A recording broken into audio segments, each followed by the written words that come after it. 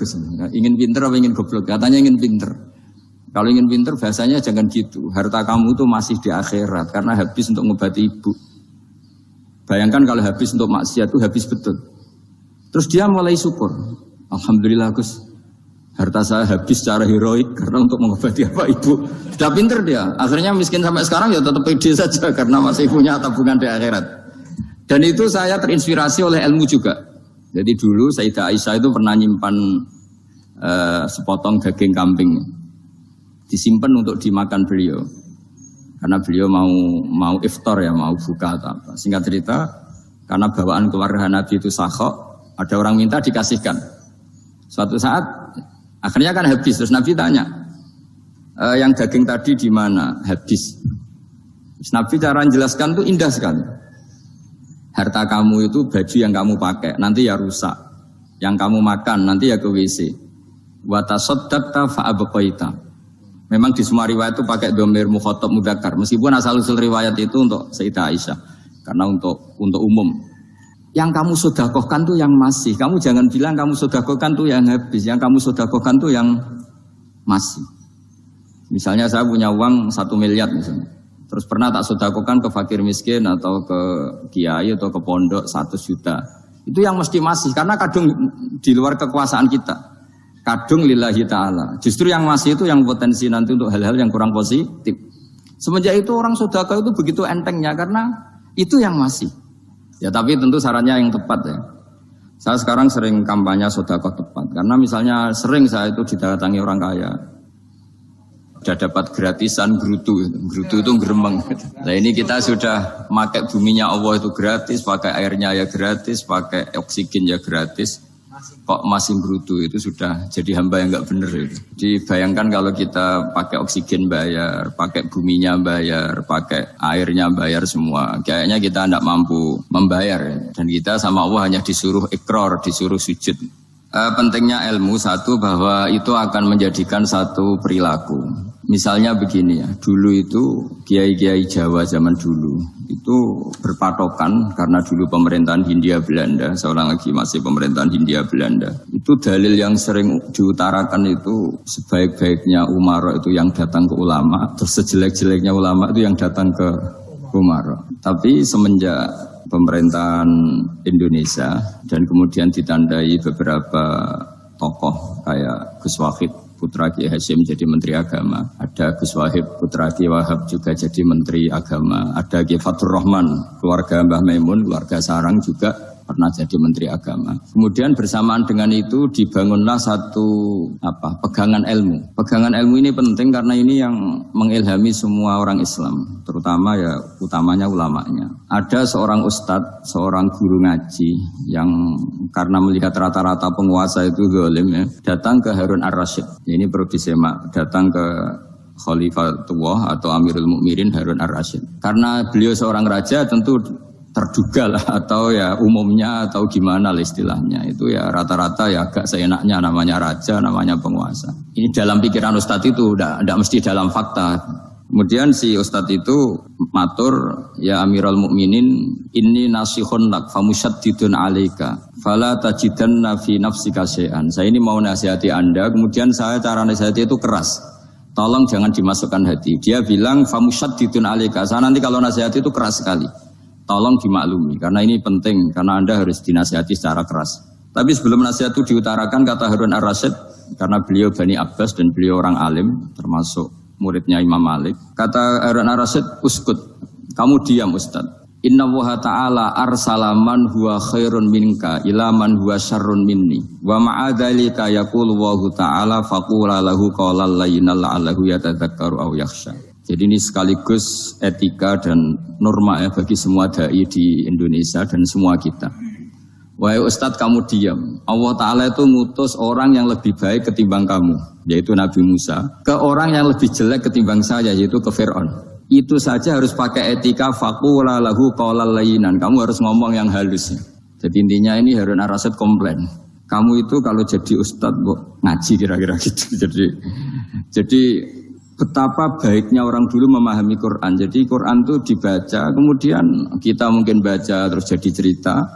Mungkin ada yang baca jadi perilaku, ada yang baca kemudian itu mengilhami, membentuk.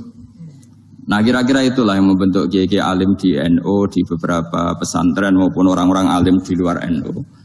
Asal ngajinya dan bacanya seperti kita, pasti seperti itu. Karena cara berpikir tadi sudah. Jadi akhirnya si Ustadz tadi keluar dan minta maaf, anta a'lamu minni, ternyata engkau lebih alim ketimbang saya. Jadi kalimat famusyaddidun alika, saya akan keras cara memberi nasihat, itu yang diket, yang dipotong, yang dibatalkan atau yang diralat oleh Khalifatul Harun ar-Rasyid. Yaitu dikatakan inna wa ta'ala arsalaman huwa khairun minka ila man huwa syarrun minni. Yaitu Allah mengutus orang yang lebih baik ketimbang kamu, yaitu Nabi Musa, ke orang yang lebih jelek ketimbang saya, yaitu Fir'aun. Itu pun harus faqula lahu qaulal layyinan. Cara berdakwah harus dengan kata-kata yang halus, yang lembut, yang indah. Dan dengan kata-kata itu diharapkan la'allahu yatadzakkaru aw yakhsha. Semoga yang didakwai menjadi ingat.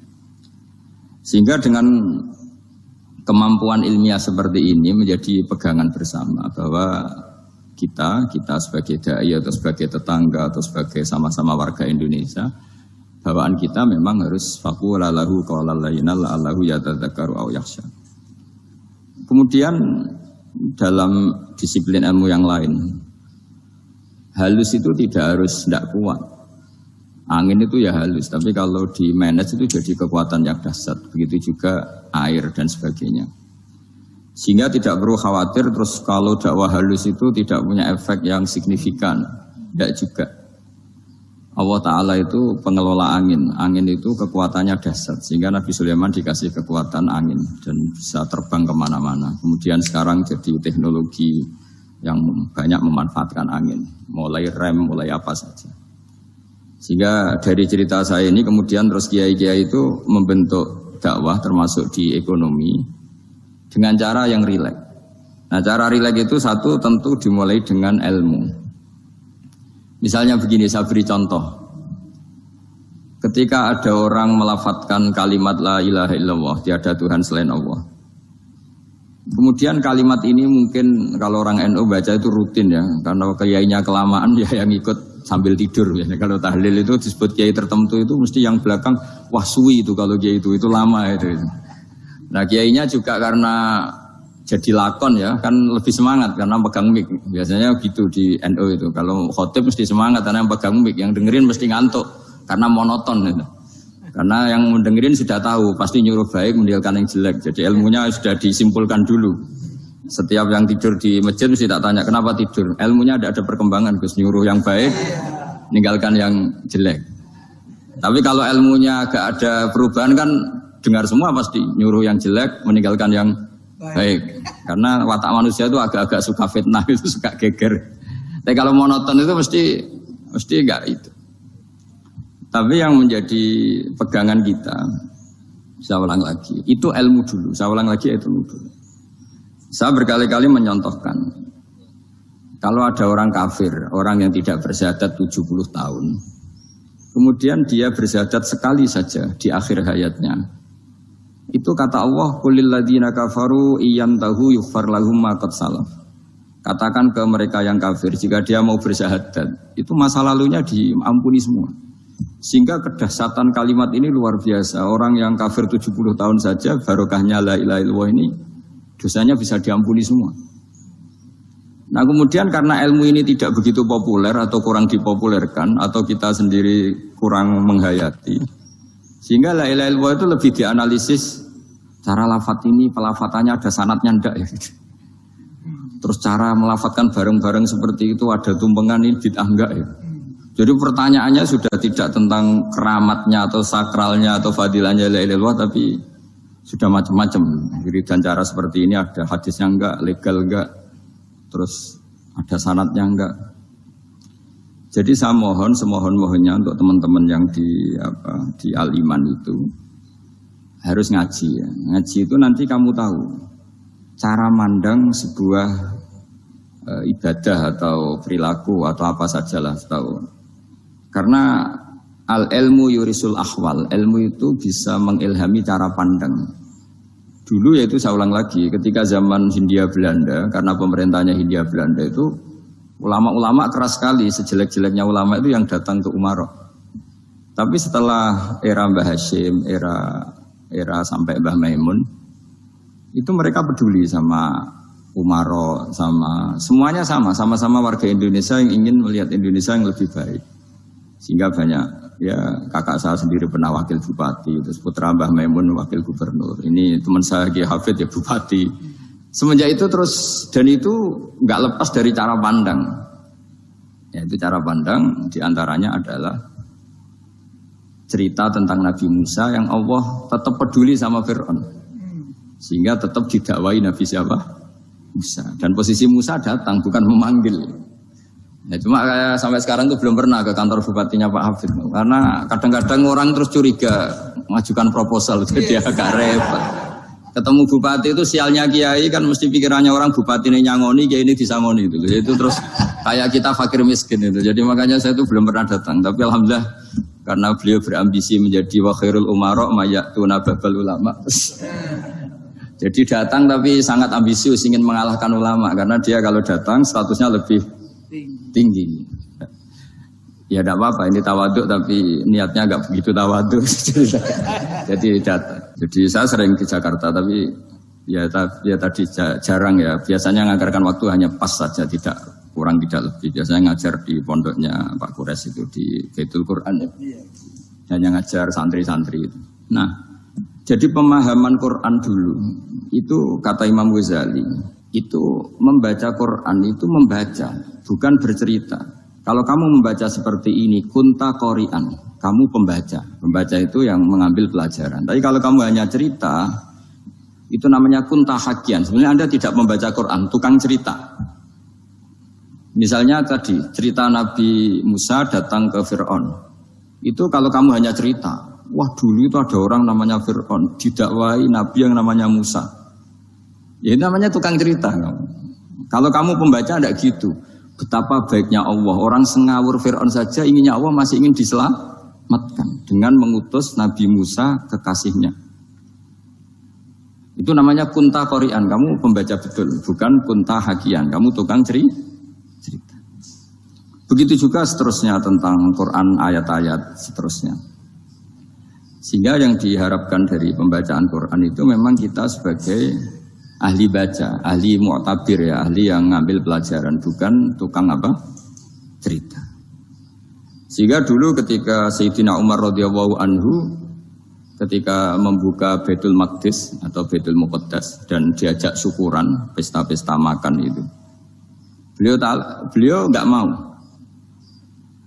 Ketika ditanya kenapa engkau enggak mau? Alasannya itu langsung beliau baca Quran. Jadi saya punya sekian contoh. Saya ulang lagi, saya punya sekian contoh. Orang-orang dulu dengan Quran itu menyatu, bukan sekedar dihafal tapi menyatu. Sehingga bawaannya itu sudah Qurani, sudah Qurani. Saya beri contoh pertama Rasulullah SAW, nanti Umar kedua. Rasulullah itu pernah nggak makan sampai 3 hari. Terus ditanya oleh sahabat, lalu kekuatan engkau bisa hidup apa? Terus menghentikan al-aswadani, maksudnya itu tamar dan air, hanya makan kurma dan air. Tapi beliau tidak ketemu roti atau tidak ketemu nasi lah kalau orang Indonesia. Ketika hari ketiga dikasih makan oleh sahabat, dipotongkan kambing, kemudian baru makan 3 lukmah. Kira-kira ya 3 asupan nasi, berhenti. Padahal sahabat yang lapar sama dengan Rasulullah itu membayangkan Nabi itu sampai kenyang, sampai apa. Tapi ketika ditanya, seperti ini pun nanti ada hisabnya. Walatus alunna yauma idzin anin naim. Jadi acara makan-makan gini itu nanti ada hisabnya. Nabi nangis. Akhirnya sahabat nggak jadi nerusin makan. Jadi ketakutan orang dulu sama ketika Sayyidina Umar dijak pesta ketika memenangkan Baitul Maqdis itu. Inna wa ta'ala ayyara qauman. Allah itu mengkritik sebuah komunitas kaum karena apa? Adhabtum thayyibatikum fi hayatikum ad-dunya wastamta'tum biha. Kamu adalah orang-orang yang jatah nikmat kamu sudah kamu habiskan di dunia. Adhabtum itu kalian habiskan jatah kenikmatan kamu di dunia. Wastamta'tum biha, kamu di dunia sudah berpuas-puas. Maka jatah Anda sekarang di akhirat habis. Sehingga Sayyidina Umar enggak mau pesta-pesta karena takut jatah nikmatnya habis. Kata beliau terus astabqi thayyibati, akan saya sisakan sisi-sisi kebaikan saya supaya tidak habis. Corong Jawa itu aja dientek-entekno biar jatahnya masih. Sehingga di dunia kiai itu ya meskipun saya akrab bupati, akrab mungkin wakil gubernur, saya itu ya jarang ketemu. Karena kalau orang Jawa bawaannya ketemu ya makan-makan, guyon-guyon. Aku nak keterusan ras mlebu swarga. Makanya saya pastikan Pak Yusuf Mansur kesini tidak akan saya jamin, biar aja, biar jatahnya masih.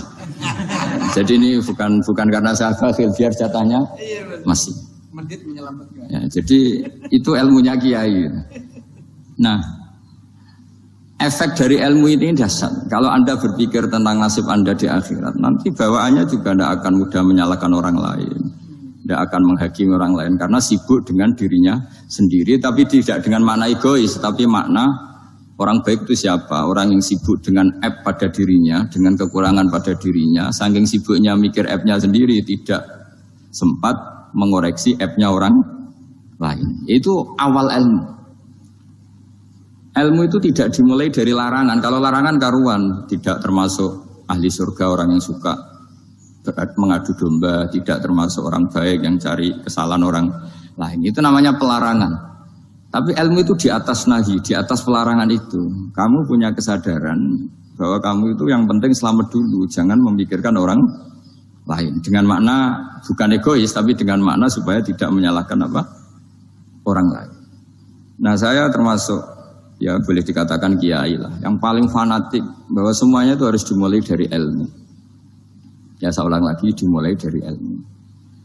Nah, dari sini kemudian saya berharap Indonesia menjadi damai, menjadi baik. Itu bukan karena kita baik-baik banget, ya tidak mungkin kita ada nabi, tapi karena sudah sibuk dengan memikirkan kesalahan diri sendiri. Sehingga misalnya kita baca Quran, Rabbana zalamna anfusana, lalu kita langsung ingat betapa hubungan kita dengan Allah itu harus ikrar dulu, merasa dolim dulu, merasa salah dulu.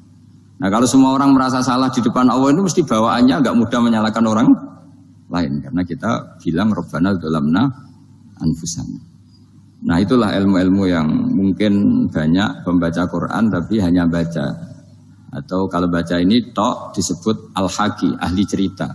Yang dibutuhkan tuh al-qari', pembaca kemudian mu'tabir, kemudian mau beriktibar. Seperti yang dilakukan tadi Harun Ar-Rasyid tadi. Inna wa ta'ala arsala man huwa khairun minka ila man huwa syarrun minni. Wa ma'adzalika yaqulu wa ta'ala faqula lahu qaulal layyin. Kamu tidak usah memaksakan musyaddid keras sama saya, karena Allah Ta'ala telah mengutus orang lebih baik ketimbang kamu, yaitu Nabi Musa, ke orang yang lebih jelek ketimbang saya, yaitu Fir'aun. Itu saja harus beretika, faqula lahu qaulal layyin la'allahu yatadzakkaru aw yakhsha. Dan alhamdulillah bawaan kita sebagai orang timur atau orang Jawa itu kalau mau ngandani orang itu halus sekali. Di antara bentuk kehalusan kata-kata diceritakan di ayat lain ketika Nabi Musa ketemu Fir'aun. Dawuhnya begini, fakul apa itu yang di juz 30 yang juz 30 ini yang bagian dari, kan tadi hanya fakul lahu qaulal layyinan. Lahu qaulal layyinan itu bentuknya apa? Ya, bentuknya apa? Itu Nabi Musa disuruh ngendikan sama Fir'aun. Apakah kamu mau saya nasihati? Fakul halaka ila antazakka.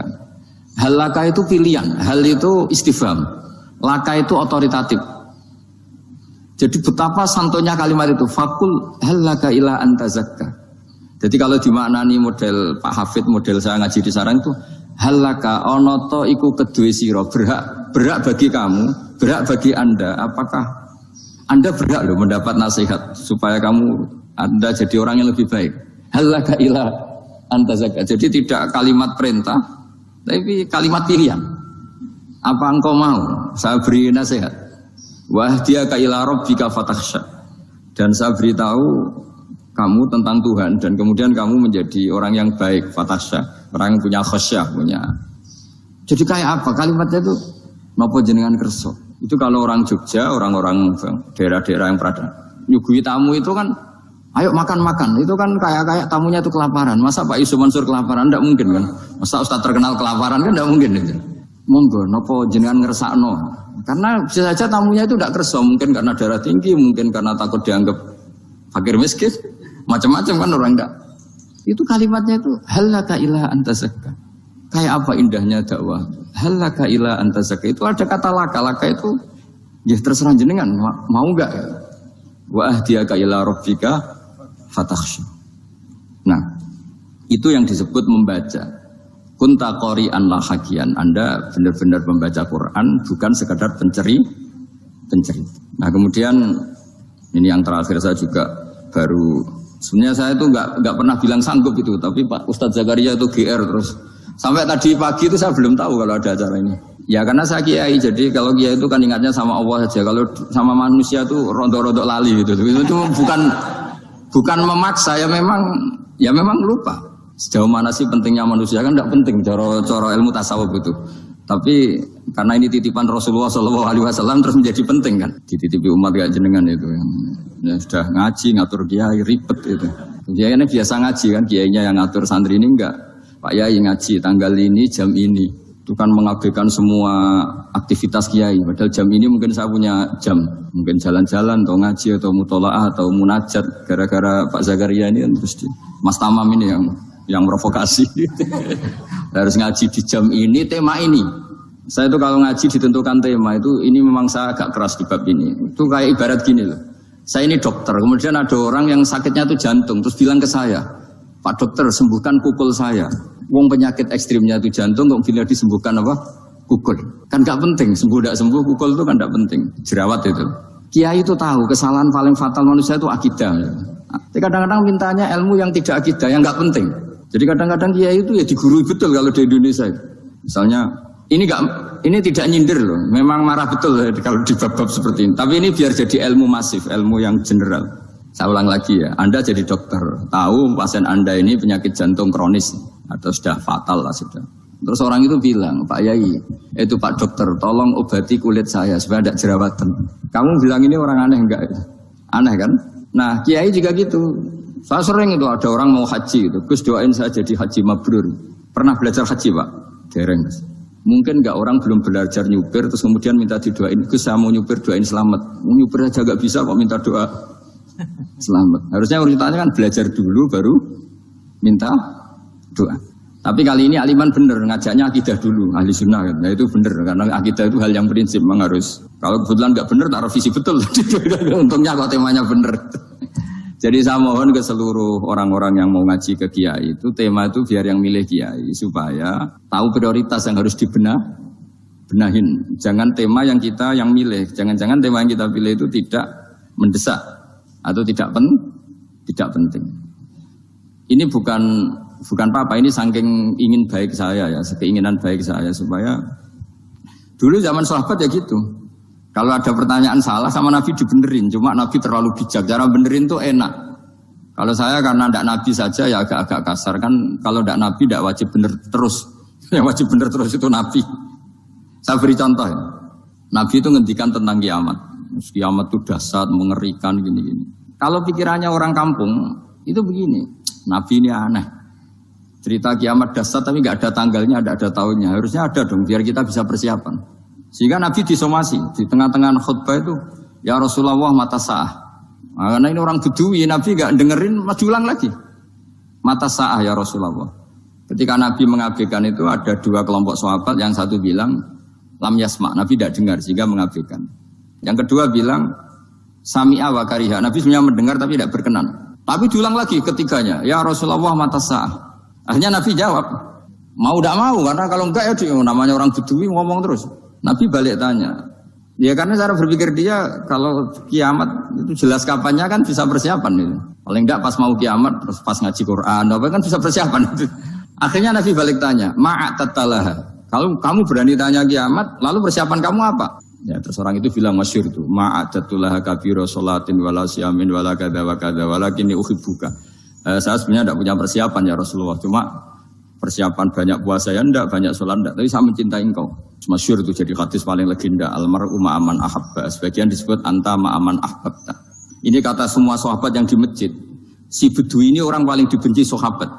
karena mengganggu Nabi saat khutbah. Tapi akhirnya ini menjadi orang paling dicintai sahabat karena barokahnya itu hadis itu keluar secara terbuka. Almar'u ma'aman ahabba. Sebagian riwayat yukhsyarul mar'u ma'aman ahabba. Nanti orang akan sowan sama Allah bersama orang yang mereka cintai. Itu sahabat-sahabat fama farihu ba'dal Islam farohahum biadal hadis. Mereka tidak pernah senang setelah masuk Islam sesenang hadis ini. Karena kita tidak perlu soleh-soleh banget, cukup menyintai orang apa? Soleh gitu. Makanya saya sekali bilang itu ya, kadang-kadang saya jadi orang alim itu ya rugi. Ruginya tadi. Misalnya untuk menjadi orang alim kan harus hafal Quran, ngaji Bukhari, Muslim, Ikhya. Ternyata pengumuman kedua orang nggak bisa apa-apa. Gelombang kedua para pecinta. Waduh, itu kan repot ya. Jadi kita yang jadi orang alim susahnya bukan main. Ternyata disaingi pengumuman kedua dan para pecintanya. Wah itu kan. Akhirnya ketemu orang-orang nggak jelas tadi. Nah itu ya termasuk farah dalam Islam, farhatul aibin. Jadi senang itu di Islam itu ibadah. Ya, kul bi fadlillah wa bi rahmati fa bidzalika falyafrahu. Senang itu diperintahkan Allah. Saya tuh sering di kamar, kadang itu nyun sewu kayak gatelan gitu, apa itu. Ya agak kukur-kukur terus merengut saja malu. Malu saya itu dilihat Allah kok kayak agak ridho itu malu. Ya kayak tadi lah, kamu dikasih rumah gratis, kemudian pas yang ngasih datang, kamu kelihatan cemberut itu yang ngasih kan mangkel. Jadi dikasih gratis masih cemberut. Sama hubungan kita dengan Allah itu semuanya dikasih gratis. Makanya tabassum, senyum itu ibadah. Kita yang nekuni ilmu hadis. Betapa hebatnya Nabi ngendikan, kalau kamu tidak bisa ibadah yang berat-berat, cukup ibadah senyum. Kadang ngendikan tol qati wajhin, kamu cukup berwajah yang indah, yang menyenangkan. Tabassum, senyum. Kalau kamu tidak bisa membalas jasanya orang yang ngasih, minimal kamu senyum, minimal kamu kelihatan senang. Gitu. Makanya senang itu sudah ibadah. Dan sekarang orang untuk senang aja susah. Karena bawaannya nuntut orang lain supaya kayak keinginan dia, bawaannya nuntut, ya ribet. Kalau gitu ya ribet. Makanya saya bilang al ilmu yurisul ahwal. Ilmu itu diperkuat. Nanti yurisul ahwal, ilmu itu akan membentuk Anda. Dulu beberapa raja itu ya mau luhur karena jadi raja, punya apa saja. Tapi punya penasihat ulama itu ya nasihat itu sederhana. Ada seorang raja tanya ke kiai, gimana dengan semua kerajaan saya? Wah, padahal dia punya apa saja. Jenengan miskin sekali, itu kerajaan seluas ini. Kok bisa aja? Terus ditanya sama si ulama tadi. Andaikan Anda di padang pasir, kemudian kalau tidak minum segelas air itu mati. Apakah Anda akan membeli segelas air ini dengan semua kerajaan Anda? Oh iya, pasti apapun saya lakukan untuk mendapat satu gelas air. Terus la tafrah bimulkin la yusawi sarbatamain. Kamu jangan bangga dengan kerajaan yang nilainya itu enggak sebanding dengan segelas apa? Air. Akhirnya raja itu mikir, saya tidak jadi raja bisa hidup. Tapi kalau enggak minum air mati. Berarti penting satu gelas air. Akhirnya lama-kelamaan ini anggap kerajaan itu biasa. Ternyata enggak sepenting segelas air. Ya seperti kita lah misalnya orang enggak punya alpat itu enggak malu. Tapi kalau enggak punya celana itu malu. Kamu mau punya alpat tapi enggak punya celana? Kan enggak mau. Yaitu ilmu. Ilmu itu yurisul akhwal. Ilmu akan melahirkan satu perilaku. Jadi kalau ilmu Anda mantap, pasti syukurnya juga mantap. Gitu. Ya makanya saya termasuk kiai yang selalu mendorong pentingnya ilmu. Bahkan kata Sufyan As-Tsauri ngendikan saking pentingnya ilmu ada kata fa'lam annahu la ilaha illallah. Dimulai kata fa'lam. Dan saking pentingnya ilmu itu setiap nabi itu status permanennya itu hanya satu, mengajar. Rabbana wab'ats fihim rasulam minhum yatlu 'alaihim ayatik, membacakan ayat-ayat Allah sampai wa yu'allimuhumul kitab, mengajarkan kitab wal hikmah. Bahkan Allah sendiri wasofa dzatahul 'aliyah bi annahu al-muallim. Yaitu Allah ngendikan Ar-Rahmanu 'allamal Qur'an. Jadi betapa hebatnya pengajar. Allah sendiri mensifati dirinya itu Ar-Rahmanu 'allamal Qur'an. Allah itu Maha Rahman yang mengajarkan Quran. Di surat Iqra juga disebutkan Iqra wa rabbukal akram alladzi 'allama bil qalam. Jadi Allah mensifati dirinya sebagai pengajar.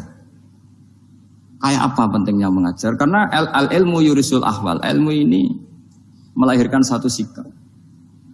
Pernah ada orang hartanya itu habis karena ngobati ibunya. Terus datang ke saya, dia sumpek karena hartanya habis ngobati ibunya. Terus dia bilang, Gus saya ini sekarang sudah miskin karena ibu saya sakit dan harta saya habis untuk ngobati ibu saya. Terus tak guyoni sama saya. Kon kepen pinter apa kepen goblok? Kepen pinter Gus. Ingin pinter apa ingin goblok? Katanya ingin pinter. Kalau ingin pinter bahasanya jangan gitu. Harta kamu itu masih di akhirat karena habis untuk ngobati ibu. Bayangkan kalau habis untuk maksiat itu habis betul. Terus dia mulai syukur. Alhamdulillah Gus, harta saya habis secara heroik karena untuk mengobati apa ibu. Sudah pinter dia. Akhirnya miskin sampai sekarang ya tetap pede saja karena masih punya tabungan di akhirat. Dan itu saya terinspirasi oleh ilmu juga. Jadi dulu Sayyidah Aisyah itu pernah nyimpan sepotong daging kambing. Disimpan untuk dimakan beliau karena beliau mau iftar ya, mau buka atau apa. Singkat cerita, karena bawaan keluarga Nabi itu sakhok, ada orang minta dikasihkan. Suatu saat akhirnya kan habis, terus Nabi tanya, yang daging tadi di mana? Habis. Terus Nabi cara menjelaskan tuh indah sekali. Harta kamu itu baju yang kamu pakai nanti ya rusak, yang kamu makan nanti ya ke WC. Wa tasaddaqta fa abqaita. Memang di semua riwayat itu pakai dhamir mukhatab mudzakkar. Meskipun asal-usul riwayat itu untuk Sayyidah Aisyah. Karena untuk umum. Yang kamu sedekahkan tuh yang masih. Kamu jangan bilang kamu sedekahkan tuh yang habis. Yang kamu sedekahkan tuh yang masih. Misalnya saya punya uang 1 miliar misalnya. Terus pernah tak sedekahkan ke fakir miskin atau ke kiai atau ke pondok 1 juta. Itu yang mesti masih. Karena kadung di luar kekuasaan kita. Kadung lillahi ta'ala. Justru yang masih itu yang potensi nanti untuk hal-hal yang kurang positif. Semenjak itu orang sedekah itu begitu entengnya karena itu yang masih. Ya tapi tentu sarannya yang tepat ya. Saya sekarang sering kampanye sedekah tepat. Karena misalnya sering saya itu didatangi orang kaya. Fikih. Kok bisa tuh? Kan terjadi 2 Jumatan, nanti sahnya yang mana?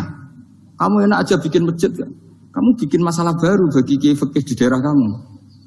Belum nanti orang terus migrasi ke masjid Anda karena lebih baik, koriknya lebih baik. Kamu membunuh masjid yang lebih tua, itu nggak sopan sekali, masjid itu sudah lebih tua kamu.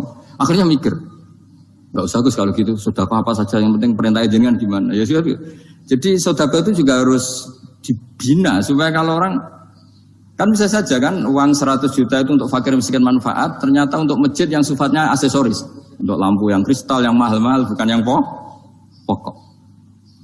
Itu pentingnya ngaji ya. Jadi lagi-lagi al-ilmu yurisul ahwal. Ilmu itu melahirkan satu sikap. Jadi ketika ada masjid baru, kalau orang nggak bisa ngaji fikih, wow ada masjid baru, masjid banyak. Tapi kalau yang ngaji fikih ngerti ini malah ada masalah baru karena ada ta'addud Jumatan. Gimana hukumnya 2 Jumatan dalam kondisi yang tidak mendesak. Makanya sekarang saya baru kampanye itu. Dulu itu kalau ada masjid banyak itu kan faktornya beda ormas. Beda pemahaman atau agak jauh, masih hukum sosial atau bawaan kondisi. Misalnya di dekat UGM itu ada masjid kampung pertama, bawaan masjid karena ada kantor besar atau bawaan ada pabrik besar atau ada sekolahan besar. Nah sekarang itu ada pertanyaan baru, ada masjid baru karena ada orang kaya ingin bikin masjid, itu gimana itu hukum? Nah, tapi kalau orang nggak nekuni fikih itu ya langsung wah bagus untuk bangun masjid. Bagus piye gini sing kangelan memfikihkan tadi. Nah itu ilmu. Jadi kalau yang tidak nekuni fikih itu ya tidak tersiksa, tapi yang nekuni fikih itu pasti tersiksa karena seperti itu tadi. Ya jadi saya mohon di antara cara kita dakwah secara damai itu dimulai dari Rabbana zalamna anfusana. Itu pakai Nabi di redaksinya digenti dengan makna supaya kita per individu matur Allah apa ini zulam tu nafsi zulman kabiran katsiran. Nah bawaannya orang mengaku zalim, mengaku salah itu kan sudah tidak sempat mikir salahnya orang apa lain. Dan dari sini kemudian dia jadi orang yang tawadhu, yang ubudiyah, yang macam-macam. Sehingga Nabi ini bukan dianggap ya pasti penjelas terbaik.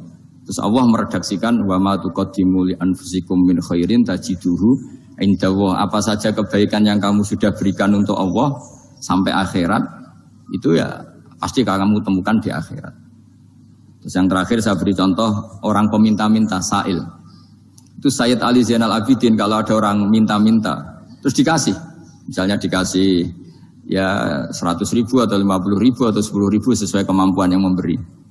Itu marhaban biman hamala zadi ilal akhirah. Saya terima kasih ya, gara-gara kamu minta uang saya jelas sudah sampai akhirat. Coba kalau di rumah bisa saja untuk hal yang tidak positif. Jadi bawaannya itu cara pandang itu rubah. Jadi sebenarnya kalau kita ngasih uang di masjid, ngasih kiai atau ngasih fakir miskin, ya uang itu yang masih, bukan yang habis. Yaitu watasodak kata fa'abqaita, yang kamu berikan itu hakikatnya yang masih. Karena sudah ada kamu otak-atik lagi, makanya disebut wakaf.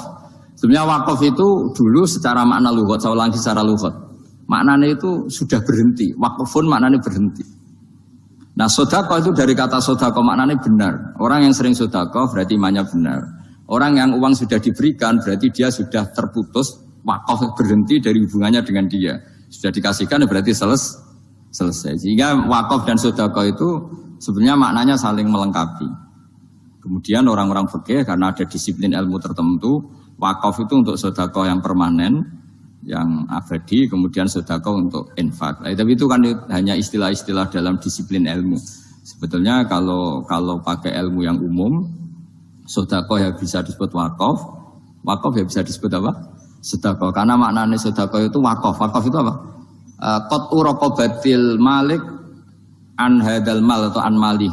Hubungan pemilik harta ini terputus dari harta itu. Jadi misalnya saya sudah wakaf tanah ini ke masjid, sudah diterima. Buat saya kepikiran gadekan atau menjual sudah tidak bisa, sudah berhenti di situ saja hubungan saya dengan kepemilikan harta itu. Makanya disebut apa? Wakaf.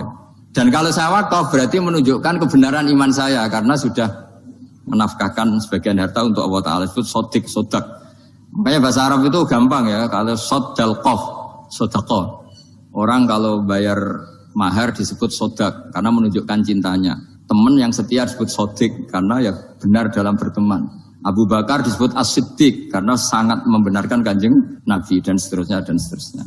Jadi begini ya, kalau dalam fikih Islam, misalnya ini ada di beberapa literatur fikih, di semua fikih, baik mazhab Syafi'i, Hanafi, Hambali, di semua kitab fikih.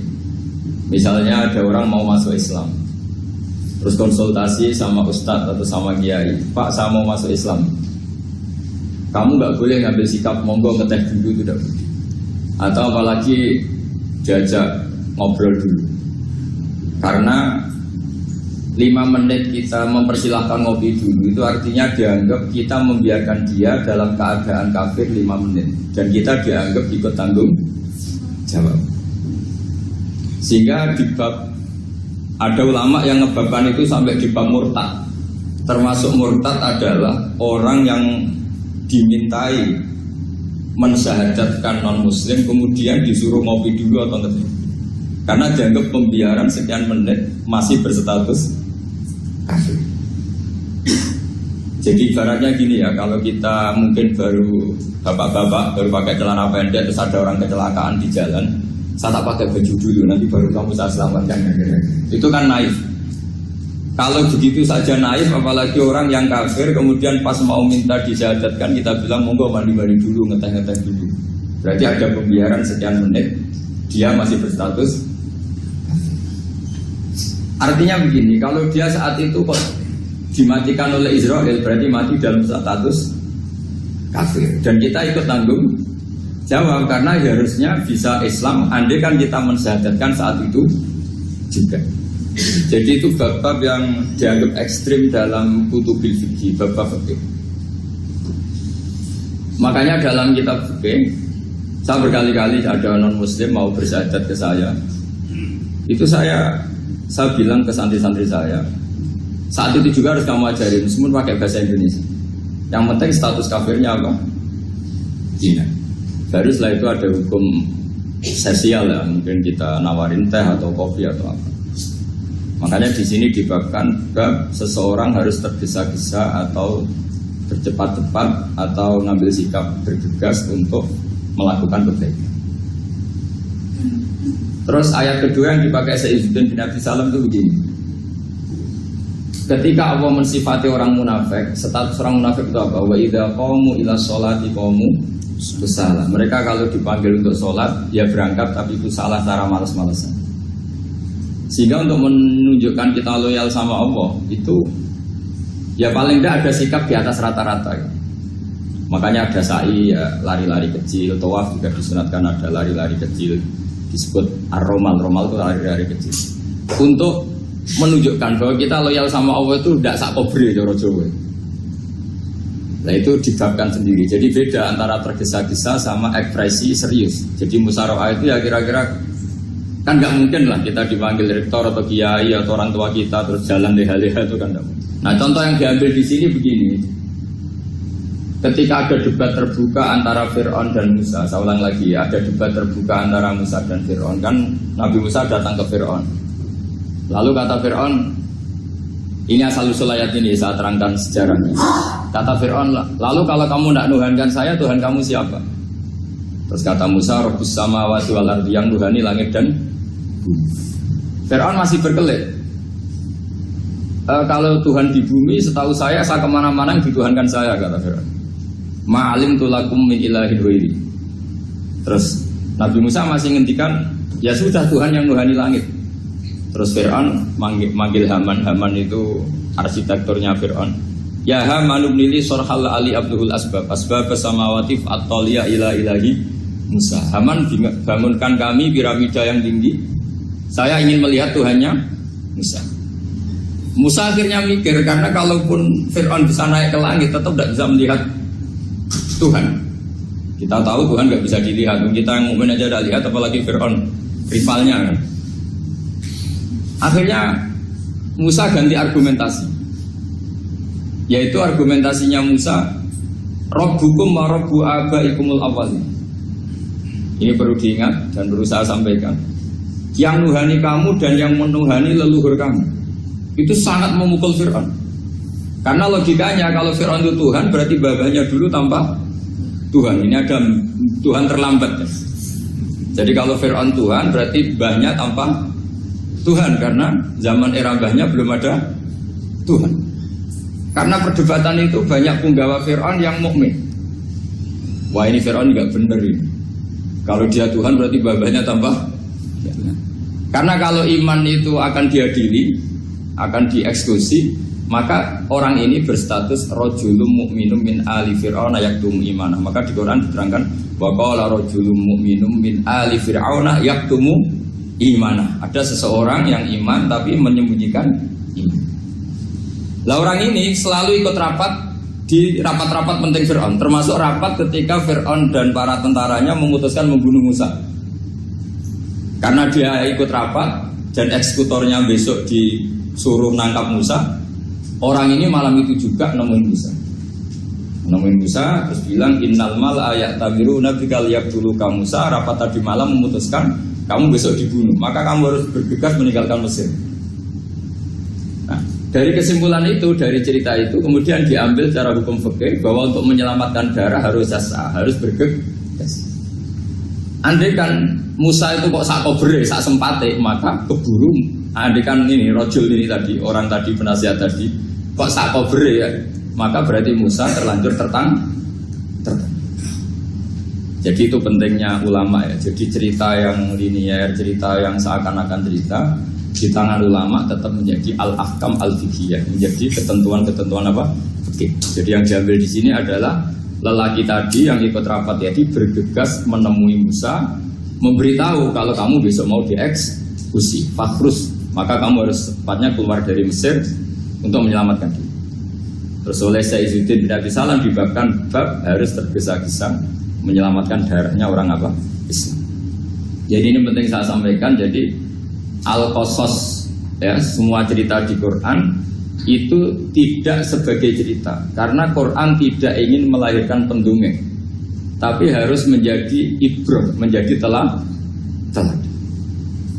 Jadi makanya terus di kitab-kitab ulumul Quran diterangkan al-qasas ya, beberapa cerita di Quran adalah semuanya menjadi ketentuan fikih.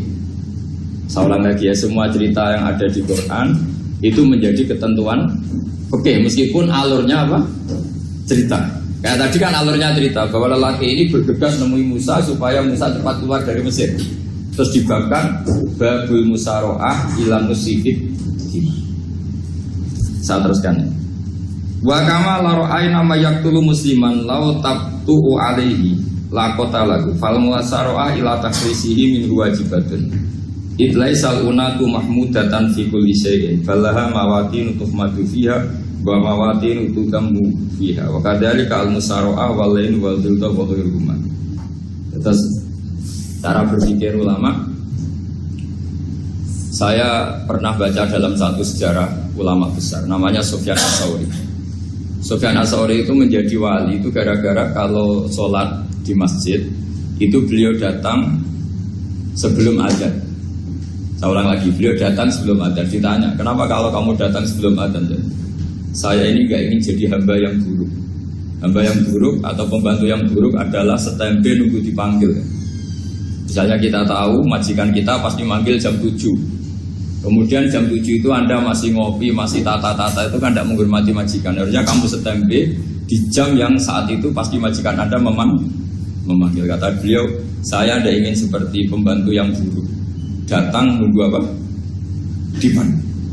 Jadi itu ada beberapa spirit ya, atau inspirasi dari aturan-aturan mahabbah. Sebab itu ketika Allah kritik orang munafik, wa idza qamu ila sholati qamu kusala, ketika dipanggil sholat mereka datang bermalas-malasan. Karena tidak ada cintanya sama Allah, maka datang berlambat-lambat. Nah, berarti kalau ekspresi cinta mengharuskan kita datang bercepat. Makanya dalam istilah lain di Quran ini termasuk balaghatul Quran. Di juz 25 itu istilah menuju Allah itu fafirru ilallah. Kita tahu firar itu maknanya lari apa jalan biasa? Lari. Jadi untuk mengekspresikan mahabbah kita, kangen kita pada Allah, cara bahasa Arab isyak kita, berontok kita sama Allah, tidak diistilahkan jalan tapi fafirru ilallah, harus bergegas berjalan. Begitu seterusnya. Maka kalau ada orang Islam, terus ini konsekuensi hukum. Ada non-muslim minta, Pak, saya tolong ajarkan syahadat. Nggak boleh saya bilang gini, monggo ke dalam dulu. Padahal perjalanan ke rumah saya misalnya setengah jam, nggak boleh. Saat itu meskipun sambil berdiri-diri, harus kita tauhidkan. Kamu yakinnya Allah itu satu, Tuhan Allah. Harus. Karena kalau ada perjalanan ke rumah 5 menit, terus dia kecelakaan, belum syahadat, statusnya mati apa? Kafir. Dan kita ikut terlibat, karena sebetulnya bisa mengislamkan saat itu juga. Analoginya kayak tadi lah. Orang kecelakaan di jalan karena kita pakai celana pendek, nonton Syria nih, saya tak pakai baju dulu. Habis itu dilides truk. Itu kan kita ikut salah karena kita yang punya kesempatan. Tentu yang disalahkan yang punya kesempatan. Karena merubah status dari potensi kelides truk menjadi sama sekali gak potensi kelides truk dengan kita inggirkan, meskipun kita dalam keadaan tidak ideal. Sama. Orang kafir yang mau masuk Islam itu umumnya kiai-kiai kan kadang sebagian disuruh mandi dulu, itu salah sebetulnya. Itu salah sekali. Sangat salah. Apalagi nunggu seremonial di masjid, nunggal toko-toko itu bujutnya salah. Itu gak cuma salah, bujutnya salah. Jadi salah yang akut. Itu salah besar. Kalau seremonial monggo, tapi kalau mengislamkannya harus saat itu. Apalagi seremonial seminggu lagi nunggu tokoh terkenal, nunggu disyuting dulu, wah itu perilaku so, itu bukan mengislamkan itu. Makanya kita yang sebagai peneliti fikih itu kadang itu enggak serg gitu. Masa mau Islam nunggu di masjid dulu, di syuting dan tokoh-tokoh, itu salah. Itu sama dia kamu lihat orang kecelakaan mau menyelamatkan, ini ada wartawan enggak? Minta di syuting dulu sedang mati. Jadi kita normal saja dalam Islam, sesuatu yang mendesak, yang emergensi ya perlakuannya harus cepat. Sehingga dibabkan faslun fil musarohah ila nusifid fitima. Jadi ada beberapa contoh di Quran memang aturannya seperti itu. Makanya semua redaksi Quran tentang menuju Allah diredakseno fafirru ilah. Makanya di tawaf ada ekspresi romal, jalan agak cepat. Di sa'i juga ada momen-momen kita harus romal, berjalan cepat. Di beberapa aturan juga seperti itu. Ya saya ulang lagi, di beberapa aturan Islam juga seperti itu. Nah sekarang efek di hukum haji. Saya banyak baca literatur haji. Haji dalam aturan Islam itu wujuban tarofiyan, wajib yang tidak langsung mendesak. Kemudian semenjak ada fakta kita harus nunggu, daftar tunggu, itu kita sebagai ahli fikih itu gamang. Misalnya gini, Saya umur 20 punya uang, sekarang berapa daftar? 25 juta ya. Saya umur 20 punya uang 25 juta. Saya jomblo misalnya, ya butuh nikah, ya butuh macam-macam. Itu wajib daftar haji apa enggak? Karena kalaupun daftar nunggu 20 tahun. Nah sekarang kalau ada orang umur 50 tahun punya uang 25 juta, menurut Anda wajib daftar saat itu apa enggak? Mau daftar saja bisa game gitu. Dan kalau misalnya umur 50 ditambah 25 kan 75. Itu kalau orang sumpah sudah cepat mati itu. Maka itu menjadi pertanyaan, apakah fikih ini kita rubah? Karena dulu kan orang itu longgar semua. Karena haji zaman Nabi pun tidak langsung dilakukan saat pertama diwajibkannya haji. Jadi Nabi punya sisi unik. Pertama ada tahun diwajibkannya haji, Nabi tidak langsung haji. Sebab itu ulama berkesimpulan kalau wajibnya haji tidak langsung. Maka fikih itu memang unik. Sholat juga gitu. Ada istilah begini dalam sholat. Watajibus sholat ala kulli muslimin wujuban muwassa'an. Di semua kitab fikih takbirnya seperti itu redaksinya. Wajib sholat dilakukan orang Islam wujuban muwassa'an, wajib yang ada longgarnya. Sehingga ketika zuhur jam 12 WIB kita dengar azan, boleh sholat setengah 1, jam 1, setengah 2, jam 2. Karena memang wujuban muwassa'an, memang ada batas akhir waktu misalnya sampai setengah 3. Nah problemnya begini, misalnya setengah 1 Anda pasti dipanggil majikan kamu yang diharuskan melakukan satu aktivitas, misalnya Anda pilot, yang nggak mungkin sholat lagi di kokpit. Apakah status wujuban muwassa'an wajib yang longgar menjadi hilang karena setelah itu tidak ada kesempatan lagi sholat? Apa tetap kita sebagai ahli Islam yang agak balelo tapi alim, misalnya ya sudah tetap jadi pilot, nanti kan ada aturannya sendiri, ada rukhsahnya sendiri, ada kemurahan sendiri kita sudah jadi pilot. Misalnya sholat tanpa harus menghadap kiblat, sholat yang tetap di perjalanan. Kira-kira Anda kalau jadi ahli fikih milih mana? Milih harus sholat di depan, apa tetap memberi kelonggaran? Gak apa-apa sholat sambil apa? Nyuper sambil pilotin apa pesawat. Anda pilih mana? Karena kalau konstitusi ilmu itu memang harus ada, dengan tanda kutip ya, memang harus ada nakalnya. Kalau gak nakal malah gak sah. Memang unik ilmu itu. Karena ilmu itu kalau dipaksakan lurus terus, itu nanti malah bengkok karena menghilangkan rukhsahnya Allah, kemurahan Allah. Tapi kalau dipaksakan rukhsah terus, murah terus, nanti dianggap menyepelekan hukumnya Allah. Maka kita yang ahli fikih itu pusing. Misalnya saya sering ditanya, Gus ini supir bis, kan musafir terus, berarti saya boleh tidak puasa terus panjang Ramadan? Coba kalau ada jadi ahli fikih mesti bingung. Mau boleh, ya boleh terus supaya orang nggak peduli sama Ramadan. Mau mengatakan wajib puasa, kayak nggak peduli dengan kemurahan Allah yang membolehkan musafir tidak puasa. Coba loh, Anda jangan jadi ekstremis yang saling bantah tok, protes tok, ini kan. Jadi memang mengkaji ilmu itu. Ya makanya dengan tanda kutip itu harus ada nakal. Tapi nakal yang baik bukan nakal. Nakal itu kalau bahasa Jawa itu kan tidak harus dosa. Seperti anak kecil, menek-menek itu, tuh bocah kok nakal. Padahal anak kecil menek itu haram dah. Enggak kan? Malah orang tuanya yang bentak itu yang haram. Yang nakal betul ya ibunya yang bentak cerewet itu, karena ibunya orang yang sudah mukallaf, sudah tua, salah langkah yaitu bentak. Kalau anaknya naik meja itu ya sebetulnya bahasanya tidak nakal, lucu. Oh jebles pinter conggo iso munggah meja, harusnya diapresiasi. Tapi rata-rata ibu semua akal mencangkok gelas. Coba, malah boe malah mecano tabungan. Bapaknya marah tukang nguras tabungan. Sebetulnya senakal-nakalnya anak kecil itu nakal orang tuanya, itu pasti. Karena ini sudah kena kitab, sementara anak-anak belum kena. Saya pernah punya tamu, karena di tradisi Kiai itu sering punya tamu. Bapak ibunya itu kultus sama Kiai, bentak anaknya disuruh salim sama saya. Anak kecil kan nggak mau jalan-jalan terus, marah. Tak marah orang tuanya tak marahin. Yang dosa itu kamu bentak anaknya.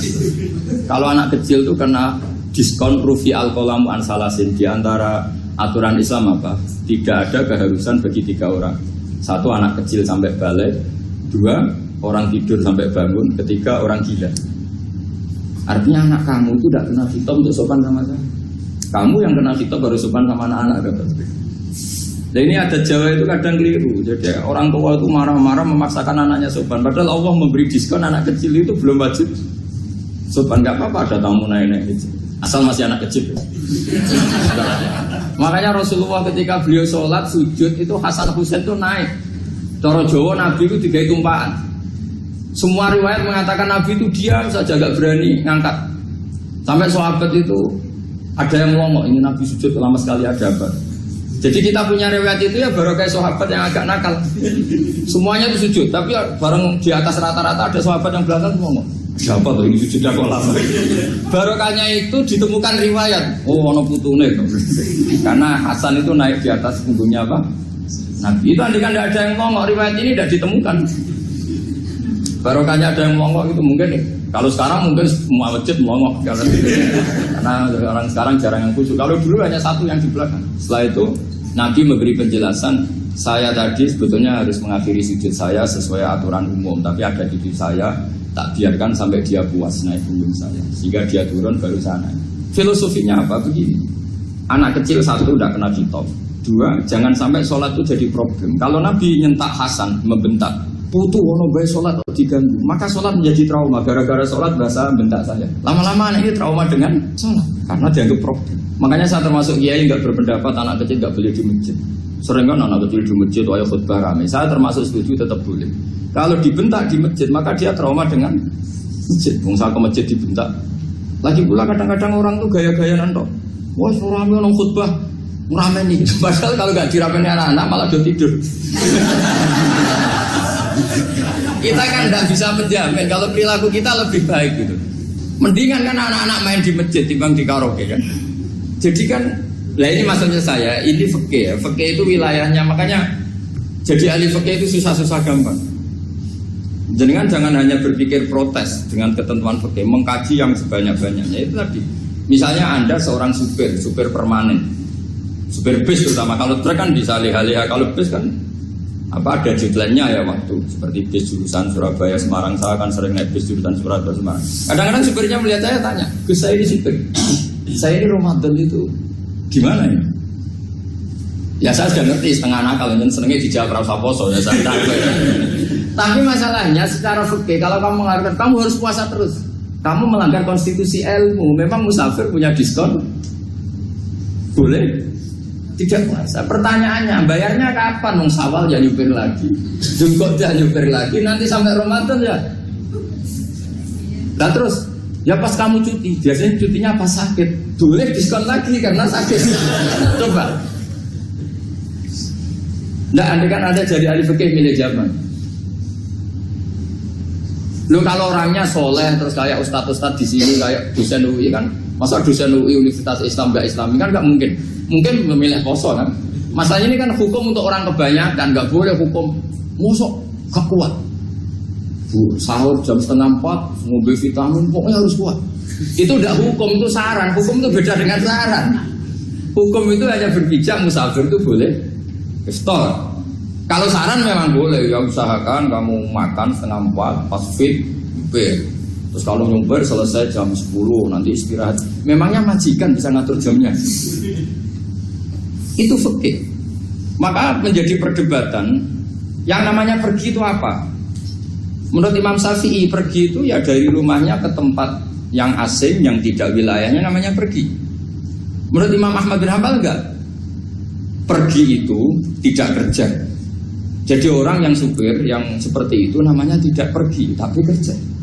Tanyakan ke publik, misalnya jenengan ke UI, istri kamu atau suami kamu ditanya, istri kamu kemana? Kira-kira jawabnya bilang pergi jalan-jalan apa bilang kerja? Kerja. Makanya kata Imam Ahmad bin Hanbal, mudi mustafar atau orang yang berprofesi, yang profesinya memang harus pergi, kayak traveling atau supir, maka itu namanya tidak pergi, namanya itu kerja. Karena apa? Sekali distatuskan pergi, maka ikut status yang dikatakan Allah dan Rasul dapat diskon, boleh tidak puasa. Maka terus kita debat tentang definisi. Nah definisi ini penting, karena yang menjadikan hukum rubah itu definisi. Misalnya gini mbak ini ngaji saya, statusnya kalau pakai status saya ajnabi, orang lain bapak ajnabiyah, maka hukumnya saya melihat bapak ini haram karena statusnya ajnabi melihat ajnabiyah yang tidak mahram. Tapi kalau di fikih itu ada statusnya. Antara lelaki boleh muwajahah sama perempuan adalah 1 untuk belajar, 2 untuk muamalah, 3 untuk kesaksian, 4 untuk pengobatan. Itu kan ada pengecualian-pengecualian. Sehingga statusnya sekarang Mbak itu belajar, apa ingin melihat Gus Bah atau Gus Bah itu mengajar atau ingin melihat Mbak, itu statusnya bisa rubah. Makanya kalau sebetulnya kalau kita marung di warung misalnya Padang, kita nggak pilah-pilah, kebetulan pelayannya perempuan itu masih bisa dipilah secara fikih. Saya muamalah marung, cuma kebetulan penjaganya. Tapi masalahnya Pak ini punya daftar penjaga yang cantik, itu masalah. Maka pertanyaannya itu marung ke situ demi marung, apa demi melihat? Tidak jawab saja. Demi marung apa demi melihat? Kalau demi marung sepakat yang penjaga yang sangar-sangar juga banyak. Akhirnya kalau demi makan, penjaga yang cowok kan banyak. Kalau demi melihat, berarti yang dihitung kan niatnya. Berarti karena muamalah apa karena melihat? Melihat. Itu status. Jadi makanya kalau mudi musafar itu namanya orang pergi atau orang kerja? Orang kerja. Maka menurut pikirannya Imam Ahmad bin Hanbal, seperti itu harus puasa. Karena dia adalah pekerja, bukan musafir. Lalu dalam masalah jumlah 3 hari misalnya. Kalau dalam fikih kita, nggak saya kenapa ngomong fikih terus ya, karena banyak yang melupakan fikih. Jenengan pergi haji. Zaman Nabi haji itu jamak dan qashar terus. Padahal hajinya Nabi itu, haji itu minimal kan berapa hari minimal itu? 9, 10, 11, 12. Sebenarnya haji itu minimal hanya 4 hari. Karena 13 Dzulhijjah bisa nafar apa? Awal. Kalau nafar awal berarti nggak ada kewajiban nafar sani. Berarti yang wajib betul kan 9, tanggal 9 untuk di Arafah, terus 10 biasanya ifadah sama balang jumroh apa? Akobah, terus 11, 12 itu kan sudah boleh cabut karena apa? Nafar apa? Awal. Berarti nggak usah nafar apa? Sani. Berarti hanya berapa? 4. Tapi Nabi haji di Mekah Madinah itu sampai 40 hari karena perjalanan. Pertanyaannya, ketika Nabi menjamak dan mengqashar itu cara Imam Syafi'i lis-safar. Karena Nabi orang Madinah datang ke Mekah dengan jarak 460 kilo, maka Nabi boleh jamak dan qashar. Jadi pikiran Imam Syafi'i, jamaknya Nabi itu lis-safar karena pergi. Cara pikiran Imam Malik enggak, jawabnya Nabi itu lin-nusuk. Nabi menjamak sholat itu karena melakukan ibadah haji. Efeknya adalah orang Mekah kalau haji itu cara Imam Malik meskipun jaraknya dekat boleh apa? Boleh apa? Qashar, boleh jamak qashar. Lalu terus ada pertanyaan fikih lagi. Lalu jamak qashar itu karena pergi apa karena masyaqqah? Karena repot. Coba kalau sampean kira-kira jawab. Misalnya kita orang kaya bawa uang 1 miliar naiknya Alphard, ada supirnya, ada ajudannya, pergi di jarak 100 kilo. Masyaqqahnya kan tidak ada sama sekali, apalagi di tol kebetulan nggak macet. Kira-kira boleh jamak nggak?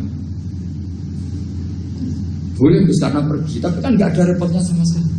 Dibanding misalnya yang ngebis bawa beras 1 kintal gitu kan, udah gitu suruhan orang lagi kan pusing. Maka fikih ini untuk memberi hukum itu kalau fikih itu menstatuskan dulu. Ini orang boleh jamak itu karena masyaqqah apa karena safar. Lalu kalau setelah karena safar itu karena jaraknya apa tingkat masyaqqahnya. Kalau karena jaraknya ya tidak juga. Tidak juga gini maksudnya. Mungkin Anda tidak pernah terpikir begini. Kalau saya mau ke Jakarta, kemudian sampai Purworejo itu sudah waktu zuhur. Saya boleh nggak zuhur di situ sama asar? Boleh kan? Padahal perjalanan saya belum capek. Artinya nunggu boleh jamak itu setelah kita menempuh jarak itu apa menuju, sedang menuju dan niat. Sedang menuju dan niat. Misalnya saya mau ke Jakarta, saya orang Sleman mau ke Jakarta, itu sampai mana itu Magelang itu sudah boleh jamak kan? Boleh kan? Boleh karena saya mau ke.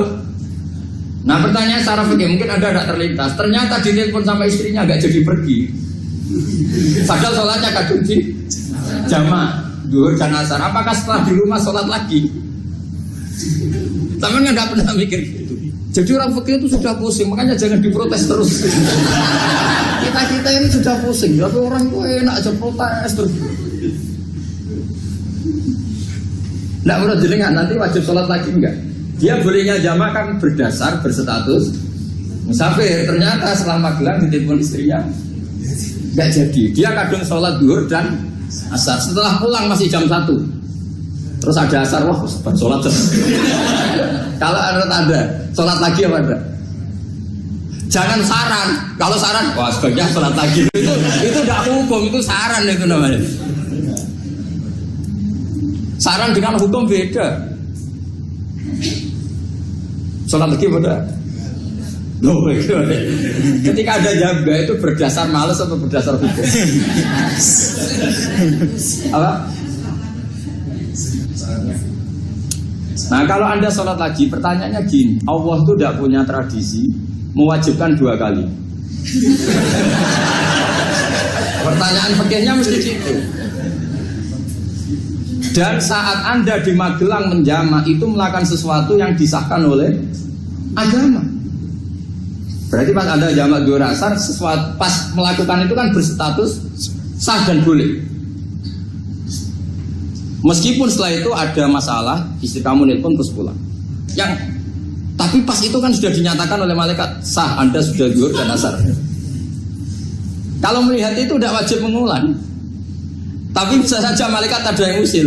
Itu sah karena Anda berstatus musafir. Berhubung status Anda hilang, maka poin Anda sudah sholat juga hilang. Kamu milih fikih yang mana? Jadi peneliti fikih itu beda dengan orang-orang yang dengarin protes. Beda karena nengkuni. Nengkuni itu beda karena ada konsekuensinya. Makanya fikih itu sampai saya punya kitab fikih itu dikarang satu orang itu jumlahnya 20 jilid. Per jilid itu segini. Jadi satu meja ini dikarang satu orang. Itu mulai yang presisi, yang detail sampai yang khayal. Yang khayal juga ada. Yang khayal itu tadi beliau banyak menghayalkan diri. Suatu saat Anda datang ke Mekah itu hanya butuh waktu 20 menit. Zaman itu belum ada pesawat. Lalu boleh gak jamak? Boleh gak nakal? Nakal itu begini. Sama orang kaya punya jet pribadi. Misalnya Anda Ronaldo masuk Islam, orang kaya. Itu bisa gak puasa? Karena begini. Misalnya dia orang, contohnya orang Arab ya. Orang Arab, jangan orang. Gak, contohnya itu di Bali saja. Di sini itu kalau imsak jam berapa? Imsak Ramadan jam berapa? 3:30 aja biar aman ya. Kalau 3:30 kan masih imsak. Dia terbang ke Mekah. Jadi orang sini puasa jam 5 kan mulai puasa. Dia terbang ke Mekah kan masih malam. Makan terus dia. Mekah mau ada matahari terbang lagi ke barat. Karena dia menghindari berstatus puasa. Atau sebaliknya, dia orang Mekah jam 12 puasa, 12 siang puasa. Dia, wah kalau 6 jam lagi buka, bisa barang saya. Terbang ke Indonesia. Ke Indonesia terbang baru 1 jam, di sini sudah buka. Itu khayal, jadi itu ada khayalnya. Itu lama dulu, sebelum ada pesawat sudah mengkhayal gitu. Bolehkah orang yang di Masyrik ke Maghrib demi itu? Kalau Anda jadi Raja Salman, jam 1 kok sudah nggak kuat apa? Puasa, itu diberi saran terbang ke Indonesia. Itu kalau pakai jet kan nggak sampai 9 jam, 1 jam ke Jakarta. Sudah ada wow akbar. Bukan, boleh enggak? Lo mau kamu enggak bilang, oh enggak boleh. Lo di Jakarta sudah huruf samsi. Masa sudah matahari terbenam orangnya enggak boleh?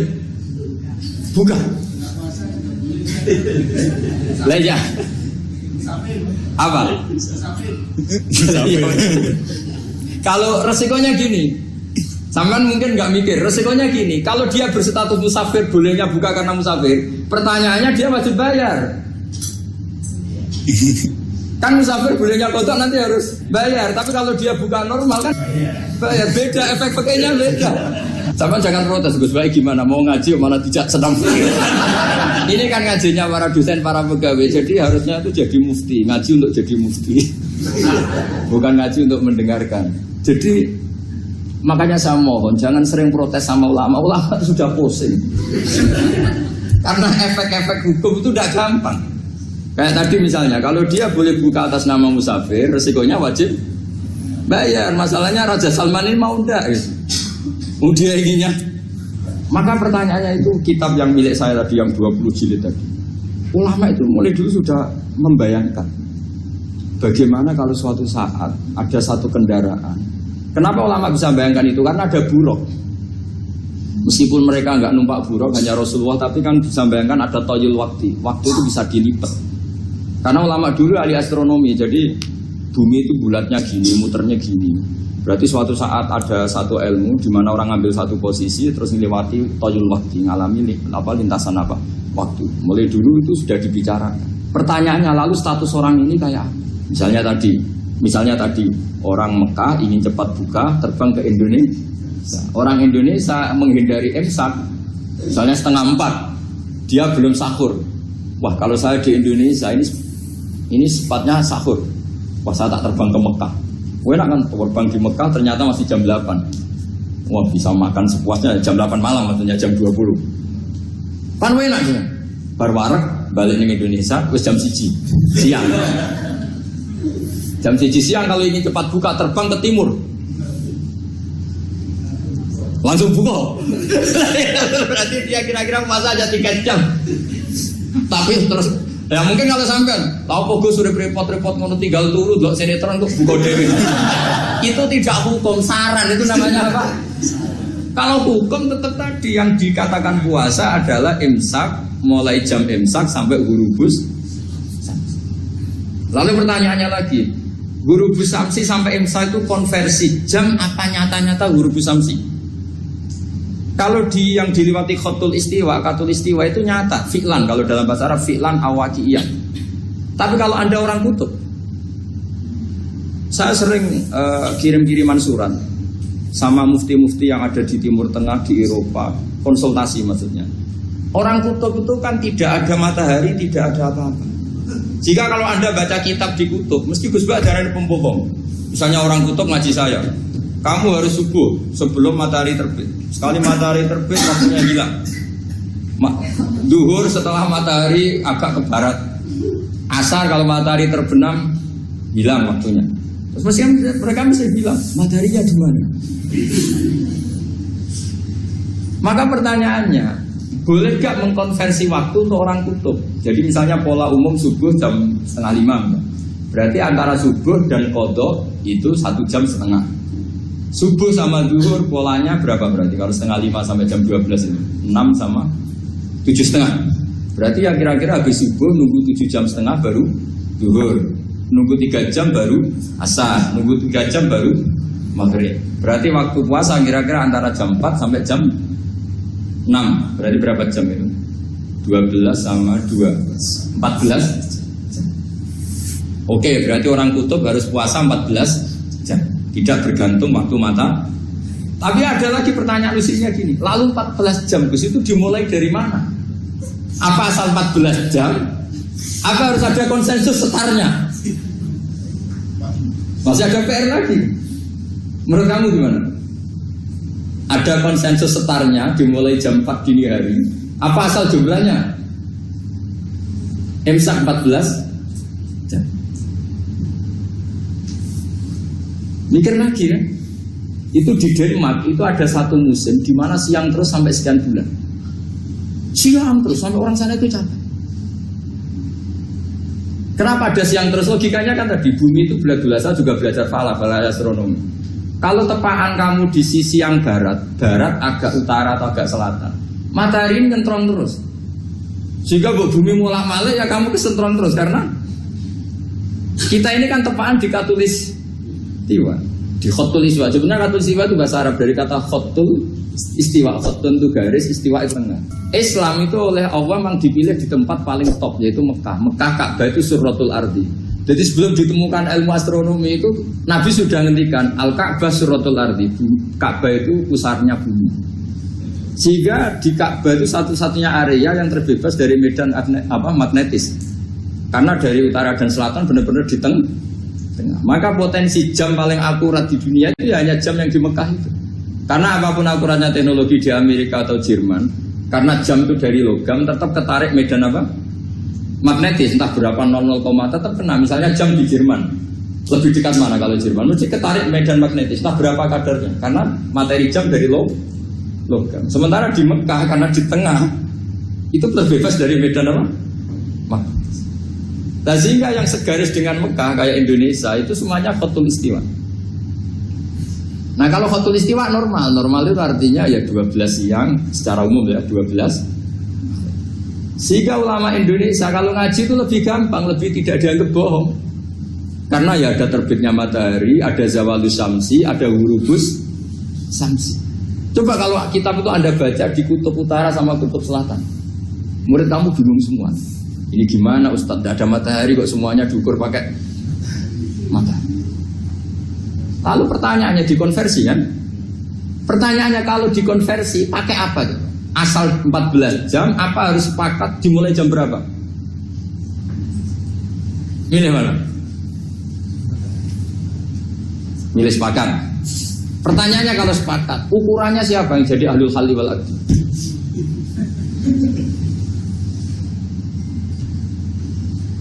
Jadi orang fikih itu sudah bingung, makanya saya mohon jangan sering diprotes.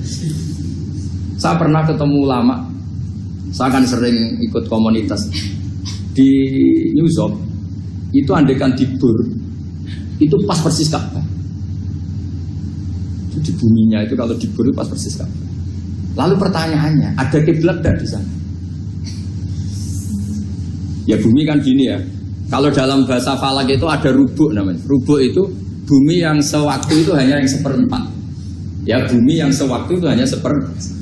Jadi kita sekarang siang, berarti yang baru siang hanya seperempat bumi. Nanti yang malam ya hanya seperempat bumi. Ya, misalnya sekarang kita di sini siang, di Arab Saudi kan belum, ini masih 5:30. Ini sekarang di Arab Saudi baru setengah. Lah itu ada daerah di mana dengan Ka'bah itu pas atas sama bawah. Harusnya kan bebas arah. Apa? Bebas arah. Lalu orang sana sholatnya itu menghadap kemana? Pernah ulama New York itu minta fatwa ke Rabitatul Alam Al-Islami. Lalu kita harus menghadap kemana? Makanya dalam dunia anekdot ulama itu ada anekdot Abu Nawas itu orang yang nggak pernah kalah debat. Dia itu terkenal nggak pernah kalah debat. Tapi dia ada ilmuwan. Dia punya tetangga ilmuwan, punya pengaruh besar. Semua orang ngaji ke ilmuwan itu. Mantelnya bukan main, karena dia ahli falak, ahli astronomi. Mau nandingi dia tidak bisa, gak nandingi itu reputasinya jatuh.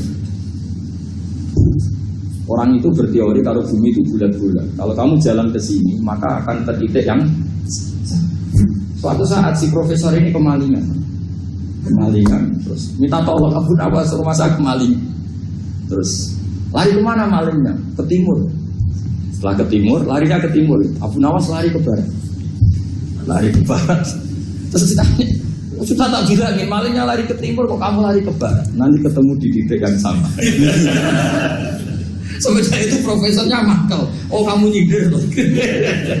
Artinya Abu Nawas gak terima. Teori Anda itu gak bisa. Secara keilmuan benar, tapi secara faktual gak boleh. Berarti kalau ada orang ngejar istrinya lari ke timur, dia harus tetap ke barat. Nanti ketemu di titik yang sama. Jadi malingnya tuh lari ke timur, Abu Nawas ngejar ke barat. Ketika ditanya profesornya, sudah bilangin malingnya tuh lari ke timur, kenapa ada ke barat?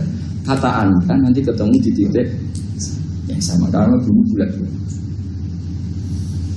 Nah pertanyaannya gini, lalu kalau yang segaris itu ada arah enggak? Kayak New York tadi. Menurut kamu tetap berkiblat apa enggak usah? Loh kalau yang rubuk jelas. Loh gitu, kalau rubuk begini loh, misalnya begini, terus kamu di sini sama sini kan masih ada arah, tapi kalau sini sama sini masih butuh kiblat. Sama enggak usah protes, orang fikih sudah pusing, enggak usah diprotes. Karena yang dipikir itu macam-macam. Nah ya makanya ini mengkaji ya, saya mohon ya kayak tadi ini mengkaji, saya mohon saya cukupkan sekian. Sementing apa ya, kita ada respeknya lah sama ulama. Jadi ulama itu susah, mikirnya susah, harus tanggung jawab di depan Allah, di dunia diprotes terus. Ini mungkin yang bawa kitab ikutnya halaman 293 ya. Itu yang mungkin nanti bisa dikopi sama yang nggak punya teks. Yang nggak punya tag mengcopy sama yang punya. Di sini diantaranya itu ada bab faslun fi dzikri rajul manaqiba nafsi. Bab seseorang boleh menyebut kelebihannya sendiri, asal niatnya tidak riya. Di sini dicontohkan. Tadi Bapak siapa namanya? Samsul. Pak Samsul ya. Di sini diceritakan ketika mau masa paceklik, saya ulang lagi masa paceklik, itu Nabi Yusuf karena merasa amanah dan merasa punya kemampuan mengelola ketahanan pangan, beliau bilang ke rajanya, qala ij'alni ala khazainil ardi inni hafizun alim. Raja, jadikan kami pengatur ketahanan pangan karena ini hafizun alimnya dan saya terpercaya. Hanya Nabi Yusuf seorang nabi tentu panutan, beliau menonjolkan kemampuannya itu boleh asal untuk kemaslahatan. Misalnya ada orang Islam sakit atau kiai sakit, dengan dokter bilang saja saya dokter, biar saya yang nangani. Itu boleh karena motivasi Anda dalam menyelamatkan Pak Kiai tadi atau orang yang sakit, bukan motivasi Anda adalah hadun nafsi, misalnya kalau dalam bahasa keinginan apa? Pribadi. Jadi itu boleh. Jadi ini di beberapa contohkan. Ya ayuhan nasu ulimna mantiqat thairi wa utina min kulli syai'. Nabi Sulaiman itu bilang gini, wahai para manusia, saya ini bisa bahasa burung apa saja dan saya bisa melakukan apa saja. Wa utina min kulli syai'. Nabi Sulaiman ngendikan begitu karena ingin menunjukkan betapa sayangnya Allah ke saya. Sampai saking sayangnya Allah, saya bisa menguasai bahasa burung, bahasa binatang. Jadi motivasi seorang nabi itu ingin menunjukkan betapa kudrohnya Allah tidak terbatas. Nah buktinya apa ya? Buktinya Sulaiman, sama tak cerita, Nabi Sulaiman tuh kalau ke masjid itu mesti jagungan sama orang miskin. Terus beliau bilang gini, miskin nujalisu miskin, ayo podo kerene jagungan. Karena beliau dengan kenabiannya meskipun kaya raya itu tidak merasa punya sama sekali, karena semuanya milik Allah Subhanahu wa Ta'ala. Dan beliau buktikan, beliau kaya raya itu untuk bangun Baitul Maqdis yang semegah itu semuanya pakai asetnya Nabi Sulaiman. Ketika bisa memperkerjakan jin dan setan juga untuk bangun Baitul Maqdis, bukan untuk bangun dirinya, rumah dirinya. Ya ini dicontohkan satu Nabi Sulaiman, dua Nabi Yusuf. Terus ketiga contoh yang diambil, setiap nabi ketika pidato kepada umatnya mesti ditutup dengan wa analakum nasihun amin. Saya ini adalah penasehat yang terpercaya. Jadi ajaran saya bukan ingin menyengsarakan kamu, tapi wa analakum nasihun amin. Saya adalah penasehat yang baik. Artinya kan menonjolkan diri. Jadi boleh asal itu untuk kemaslahat. Jadi misalnya UI punya penemuan apa yang keren, yang maslahat orang Islam, diumumkan. Bahwa ini penemuan UI. Tapi tujuan Anda supaya mengangkat harkat martabat UI. Bukan setelah itu terus kirim surat ke rektor, saya harus tambahan gaji karena saya penemunya. Wah itu sudah gak bisa jadi wali kalau itu tidak. Tapi nanti rektornya yang ya gak tahu diri gitu. Masa penemu sama gak penemu disamakan gitu. Misalnya seperti itu. Jadi di sini ada sekian contoh, mungkin bisa diakses di halaman 293 di bab faslun fi dzikri rajuli manaqiba nafsi. Terus kalau contoh hadis, Nabi sering ngendikan begini, ana sayyidu waladi Adam wa ana awwalu syafi'in, dan saya adalah nabi pertama yang punya hak syafaat. Tapi Nabi ngendikan seperti itu supaya orang punya harapan ketika di mahsyar. Sudah kalau di mahsyar nyari saya karena saya diberi hak syafaat. Jadi asal niatnya untuk maslahat gak apa-apa. Makanya saya sering di mana-mana sering cerita, saya ini menekuni fikih supaya orang kalau belajar fikih jelas kepercaya apa. Kalau saya tidak ngomong, orang keliru guru. Tapi ya harus ada buktinya. Nanti ngomong ahli dok, ada ahlinya ya kacau. Ya jadi boleh ya. Di sini dibabkan faslun fi dzikri rajul manaqiba nafsi. Bab seseorang boleh menunjukkan kemampuannya asal tadi untuk lil maslahah. Sudah Pak Samsul ya? Tadi yang pertanyaan dari siapa itu? Pak Sus Budiar. Pak Sus itu gimana ini kasusnya, itu orangnya sudah Islam toh? Sudah enggak masalah. Terus Anda ke Thailand itu enggak niat menghindar toh, memang saatnya harus ke Thailand. Hanya menyesal. Oh, hanya menyesal, bagus lah, punya penyesalan. Enggak begini ya, kalau orang itu sudah Islam itu kan enggak se-emergensi yang belum Islam, itu hanya ideal. Artinya idealnya seseorang kalau mau meninggal, akhir dari kalimatnya adalah la ilaha illallah. Tapi itu pun ulama dinegur. Ini saya beri cerita sedikit. Kitab Fathul Mu'in itu termasuk kitab yang enggak setuju kalau kalimatnya sepersis la ilaha illallah. Kenapa Pak Sus? Logikanya gini. Ini semua ulama gitu ya. Itu ada dua riwayat. Mangkana akhiru kalamihi la ilaha illallah dakhalal jannah. Sebagian riwayat mangkana akhiru kalamihi Allah dakhalal. Nah, ulama itu milih yang Allah. Kenapa milih yang Allah? Karena la ilaha illallah itu resikonya tinggi. Pas la ilaha ateis, tidak ada Tuhan, mati. Maka ulama, tradisinya guru-guru kita, kalau ada orang mau mati yang sudah akut, itu hanya ditalkin Allah, Allah, Allah. Karena ini lebih tidak berisiko. Tapi kalau la ilaha illallah, pas la ilaha belum illallah, mati. Tidak bisa kamu buat. Ayo teruskan dulu. Baru mati ini gimana? Belum illallah kok sudah. Jadi makanya, terus di situ diterangkan lagi begini. Setelah orang itu melafadzkan la ilaha illallah, kan orang mau mati itu kan macam-macam ya. Ada yang sudah akut, ada yang masih sehat. Kalau masih sehat sebaiknya la ilaha illallah. Tapi kalau sudah akut hanya dilatih apa? Allah. Terus saran kedua oleh kitab Fathul Mu'in diterangkan sebaiknya jangan ngomong lagi. Karena Nabi ngendikan akhir. Akhir itu harus itu menjadi kalimat. Jadi misalnya setelah kamu talqin la ilaha illallah, kamu tanya, "Pak, sertifikatnya di mana?" Akhirnya bapaknya jawab, "Di lemari." Pas melamari mati. Berarti akhir kalimatnya lemari. Makanya kita juga harus memperjuangkan supaya itu benar-benar akhirnya. Jika nanti dikenang di akhirat, ini orang luar biasa mengakhiri dunia dengan kalimat la ilaha illallah. Tapi nanti kalau ini orang luar biasa mengakhirinya dengan lemari. Apalagi tanyanya gini, "Pak, tabungannya di bank apa?" Bisa, berarti terakhir bilang apa? Bisa. Jadi itu ada aturannya. Jadi kalau nalkin orang sudah ngelapatkan kalimat tauhid, jangan dicak ngomong. Karena kalau diajak ngomong lagi terus mati, yaitu kalimat terakhirnya. Ya, saya kira demikian. Assalamualaikum warahmatullahi wabarakatuh.